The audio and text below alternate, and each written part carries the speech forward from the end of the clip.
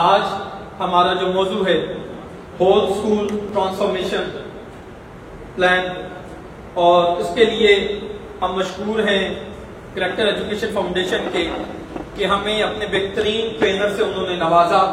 آپ سب کی بھرپور تالیوں میں ڈائریکٹر فرینکلن کووے ایسوسی ایشن فاؤنڈیشن پاکستان، آپ سب کی بھرپور تالیوں میں جناب عبدالحمید اوان صاحب تشریف لائیں گے اور آج ہمیں ہول اسکول ٹرانسفارمیشن میتھڈ پہ جو ہے وہ آج ٹریننگ کروائیں گے اور ہمیں بتائیں گے کہ اس جدید دور میں ہم اپنے اسکول کو کس طریقے سے ایک نئے دور کے اسکول میں بدل سکتے ہیں۔ آپ سب کی بھرپور تالیاں سب کے لیے۔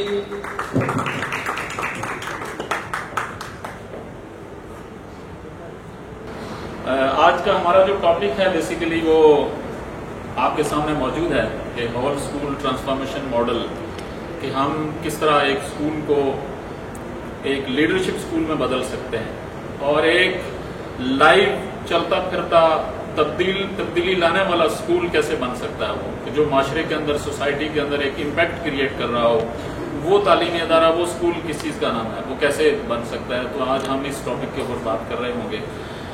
اس سے پہلے میرا انٹروڈکشن ہو چکا ہوا۔ Once again I would like to introduce myself. My name is Abdul Hamid and I am working in Franklin Covey Education Pakistan as director central. تقریباً مجھے یہاں بہت سارے ساتھی ہیں جو مجھے ذاتی طور پر جانتے بھی ہیں، اس اسکول ایجوکیشن کے سیکٹر کے اندر کام کرتے ہوئے تقریباً کوئی 17-18 سال اسی فیلڈ کے اندر گزرے ہیں۔ تو آج آپ کے سامنے یہاں پر میں اپنی آرگنائزیشن کی طرف سے یہاں پر ہول اسکول ٹرانسفارمیشن ماڈل کے اوپر آپ کے سامنے ایک پریزنٹیشن رکھ رہا ہوں گا۔ یہ پریزنٹیشن کے اندر جو کنٹینٹ ہم دیکھ رہے ہوں گے، ہمارے لیے یہ موقع ہوگا کہ ہم انٹرنیشنل لیول کے اوپر جن لوگوں نے اس ماڈل کے اوپر کام کیا ہے، ہم ڈائریکٹ ان کی زبان سے دراصل بہت ساری چیزیں دیکھ بھی رہے ہوں گے، بہت ساری چیزیں سن بھی رہے ہوں گے۔ تو لیٹس ٹیک اسٹارٹ کہ ہم آگے بڑھتے ہیں۔ اور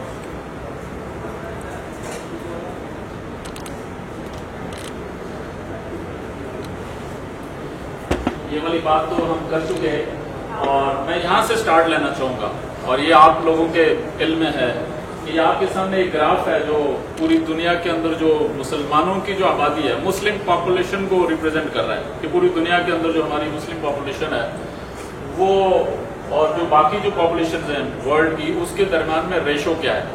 اس گراف کے اندر جو چیز میں صرف پوائنٹ آؤٹ کرنا چاہوں گا کہ اگر ہم دیکھیں تو ہمارے مسلم پاپولیشن کتنی ہے اور آپ دوسری طرف جو جیوش ہیں جن کو ہم یہودی کہتے ہیں، ان کی آبادی، ان کی پاپولیشن کتنی ہے، وہ گراف میں نظر ہی نہیں آ رہے۔ اگر آپ اس کے پوائنٹ دیکھنا چاہیں گے تو وہ 0.2% ہے جو گراف میں نظر نہیں آ رہے ہمیں۔ لیکن اگر ہم اس وقت پوری دنیا کا جائزہ لیں تو حکمرانی کون کر رہا ہے، رول کس کا چل رہا ہے اس وقت، وہ یہ جو 0.2% ہے ان کا چل رہا ہے۔ جو اگری وتھ می کہ ایسا ہی ہے دنیا کے اندر اس وقت ہم یہی دیکھ رہے ہیں۔ اگر ہم اس مسلم پاپولیشن کو تھوڑا سا اور کھولیں اور اس کا ہم جائزہ لیں تو ہمیں نظر آتا ہے کہ یہ مسلم پاپولیشن جو ہے وہ دراصل ان 7 کنٹریز کے اندر یا 7 ریجنز کے اندر یا 7 علاقوں کے اندر مور دین اراؤنڈ اباؤٹ 60% مسلم پاپولیشن یہاں پر موجود ہے، یعنی پوری دنیا کا مسلم پاپولیشن کا 60% صرف ان ممالک کے اندر ہے۔ ان ممالک کے اوپر اگر ہم غور کریں اور ان کی اسٹرینتھ، ویکنیسز، پوٹینشیل، ان ساری چیزوں کو اگر ہم انالیسز کریں تو ہمیں ایک اور چیز سامنے آئے گی کہ اگر مسلم دنیا کے اندر کسی خطے کے اندر، کسی ملک کے اندر اگر پوٹینشیل ہے، تھا نہیں ہے، تو وہ ہمارا ملک پاکستان ہے۔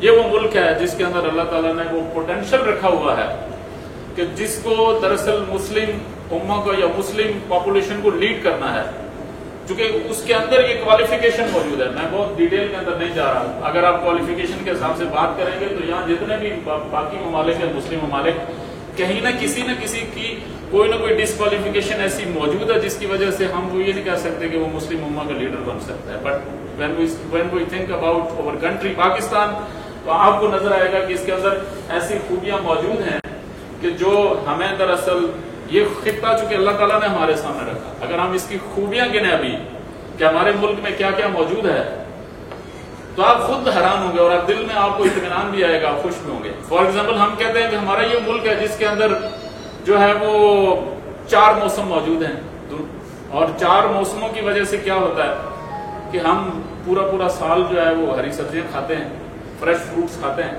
ہم کھاتے ہیں نا سب لوگ۔ آپ میں سے جن لوگوں کو باہر کے ممالک جانے کا موقع ملا ہوگا، اتفاق ہوا ہوگا، وہاں پر آپ کو یہ نعمت میسر نہیں ہے۔ وہاں پر ہم اسٹورڈ کی ہوئی فروٹس اور ویجیٹیبلز استعمال کرتے ہیں، جبکہ یہاں پر کیا ہوتا ہے، ایک عام آدمی بھی دراصل روزانہ فریش سبزی اور فروٹ جو ہے وہ استعمال کرتا ہے۔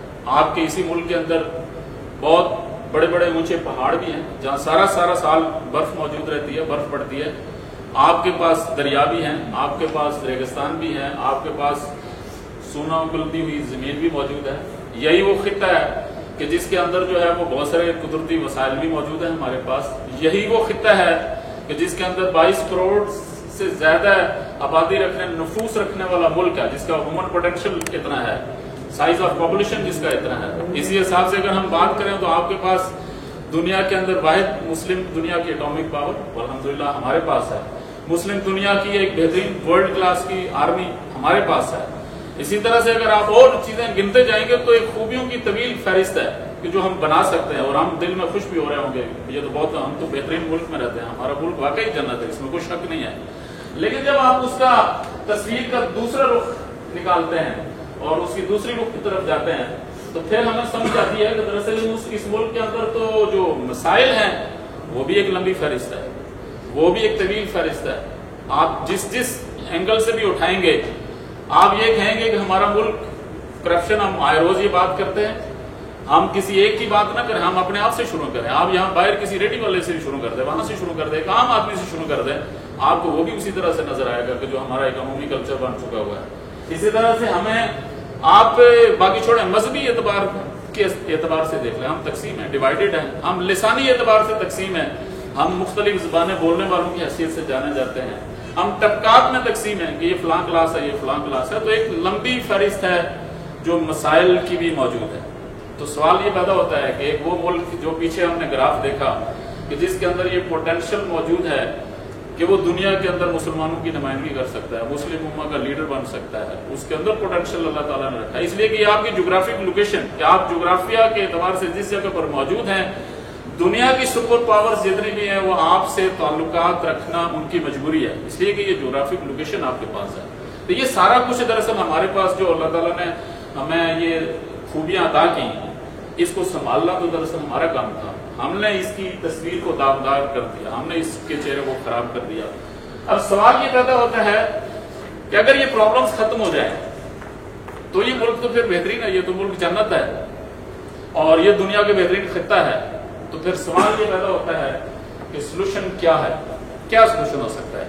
کیا کوئی لوگ آئیں گے وہ اگر یہ سارے کام کو صاف کر دیں گے؟ کیا کوئی پولیٹیکل کو لیڈرشپ آ جائے گی اور وہ سارا کچھ صاف ہو جائے گا؟ کیا کوئی اور سسٹم آ جائے گا تو یہ سب کچھ ٹھیک ہو جائے گا؟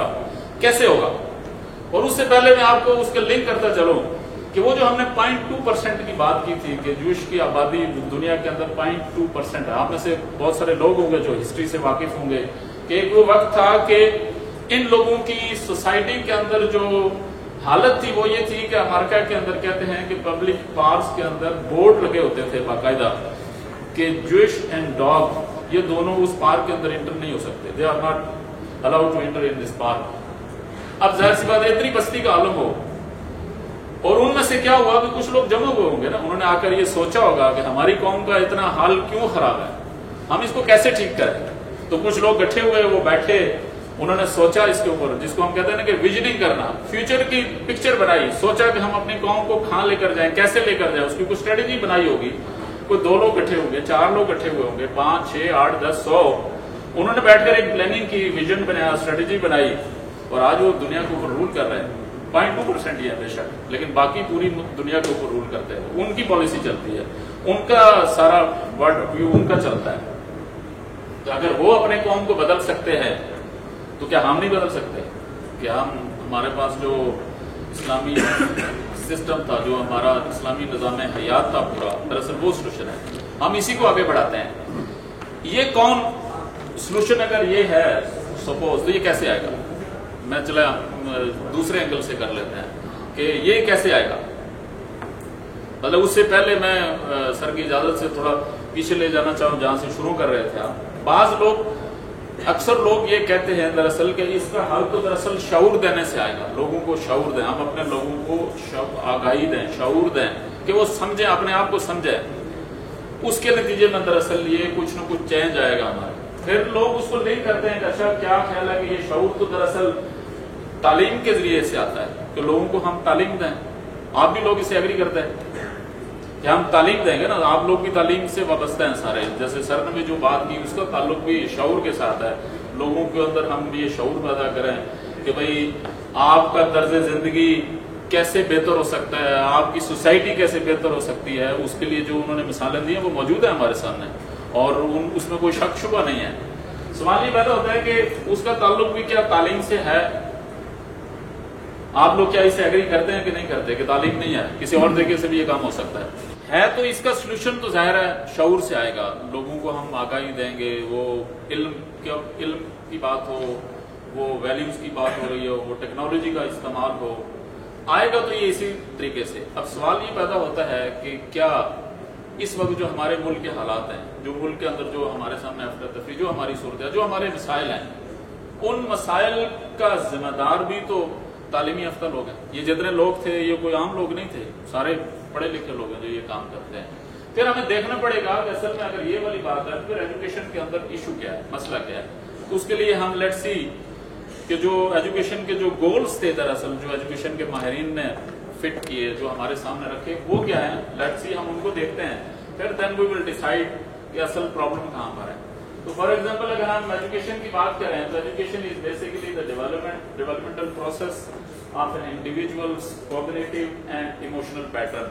ایک تو یہ بات ہو رہی ہے کہ ہم کوگنیٹو اور ایموشنل پیٹرن ڈیولپمنٹ کی بات ہے دراصل ایجوکیشن کا مطلب. اگر ہم ایک اور ڈیفینیشن بھی لیں تو education is the cognitive, physical and moral development of the individuals. یہ تینوں ایریاز کے اندر ہم لوگوں کو ڈیولپ کریں گے کہ ان کو کوگنیشن بھی ہو, ان کی مینٹل کیپیسٹی بھی اتنی انہانس ہو رہی ہو, اور اس کے ساتھ ساتھ دراصل ان کی مورل ڈیولپمنٹ بھی ہو رہی ہو, ان کی ویلیوز بھی ان کے اندر انکلکیٹ ہو رہی ہے. اور اس کے ساتھ ساتھ جو ہے وہ اس کا پرپز کیا, it's purpose is to produce highly civilized individuals who are able to perform their duties as responsible citizens of a state. کہ وہ ایک ملک کے, ایک اسٹیٹ کے ذمہ دار شہری بن سکے. تو جو ابھی ہم پیچھے پرابلم کر رہے تھے ڈسکس, اگر ہم ایجوکیشن کے اس گول کو سامنے رکھیں تو ہمیں جواب تو نظر آ رہا ہے کہ اگر ہم یہ کام کر رہے ہوں تو ڈیفینیٹلی وہ مسائل نہیں پیدا ہوں گے. پھر اسی طرح سے اگر ہم ایجوکیشن کو اور سمرائز کریں تو ہمیں پتہ چلے گا کہ education is the process of facilitating learning اور the acquisition of knowledge, skills, values, beliefs and habits. دراصل یہ ان 5 چیزوں کے نتیجے میں دراصل ہم وہ مطلوبہ لوگ تیار کر پائیں گے. اسی طرح سے اگر ہم اور آگے بڑھیں تو ایجوکیشن کو اور سمرائز کریں تو education means character building of our young minds. ہم جو بچے ہمارے پاس ہیں ان کی کریکٹر بلڈنگ کرنا, ان کی شخصیت سازی کرنا, ان کو ڈیولپ کرنا ایز اے ہولسٹک پرسن جس کو ہم کہتے ہیں, کہ ایک وہ والا کوالٹی پیپل جو سوسائٹی کی ہمیں ضرورت ہے وہ لوگ پیدا کرنا دراصل. اب جو میں نے شروع میں بات کی تھی آپ کو ویلکم کرنے کے لیے کہ آپ کا سیالکوٹ ایجوکیشن کولیبریٹرز کا جو فورم ہے, یہ میں آج ڈاکٹر صاحب سے بھی اور میں کاشف صاحب سے بھی یہی بات کر رہا تھا کہ آپ یو آر دا پیپل جنہوں نے یہ ڈیسائیڈ کرنا ہے کہ 10 سال کے بعد والا سیالکوٹ کیسا ہوگا. یہ کسی اور نے نہیں فیصلہ کرنا, یہ کسی پولیٹیشین نے نہیں فیصلہ کرنا, یہ کسی بزنس مین نے نہیں فیصلہ کرنا. یہ آپ کے ہاتھ میں ہے. تو اس لیے کہ ہم سمجھتے ہیں کہ ہم اگر طے کر لیں, آپ لوگ یہاں پر جو بیٹھے ہوئے ہیں طے کر لیں کہ ہم نے جو آپ کا کولیبریٹرز کا فورم ہے کہ ہم نے سیالکوٹ کا فیوچر اس طرح کی نئی نسل ہم نے پیدا ڈیولپ کرنی ہے, اپنے اس شہر کا فیوچر یہ بنانا ہے, تو آپ اس کے لیے بنا سکتے ہیں. اس لیے کہ یہ کام آپ کے ہاتھ میں ہے. یہ شعور, یہ آگاہی, یہ جو ہم بات کر رہے ہیں, یہ کریکٹر بلڈنگ, یہ جو ہم ویلیوز کی بات کرتے ہیں, یہ ہیبٹس ڈیولپمنٹ کی بات ہم جو کرتے ہیں, جو نالج کی بات ہو رہی ہے, ایکوزیشن آف نالج, یہ سارا کام تو آپ لوگ کرتے ہیں. یہ تو نہیں ہے کہ آپ نہیں کرتے.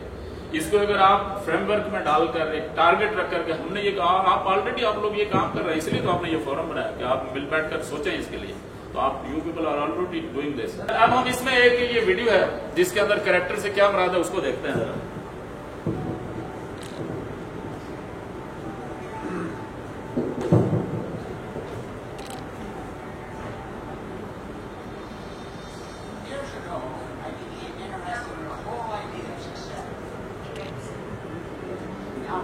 find it.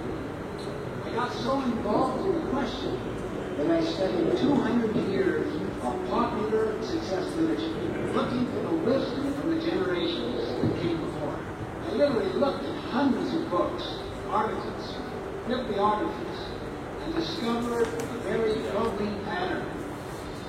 For the first 150 years, the literature focused almost entirely on character, on what we might call the character ethic, on how to develop attributes such as integrity, fidelity, courage, compassion, contribution, responsibility, justice.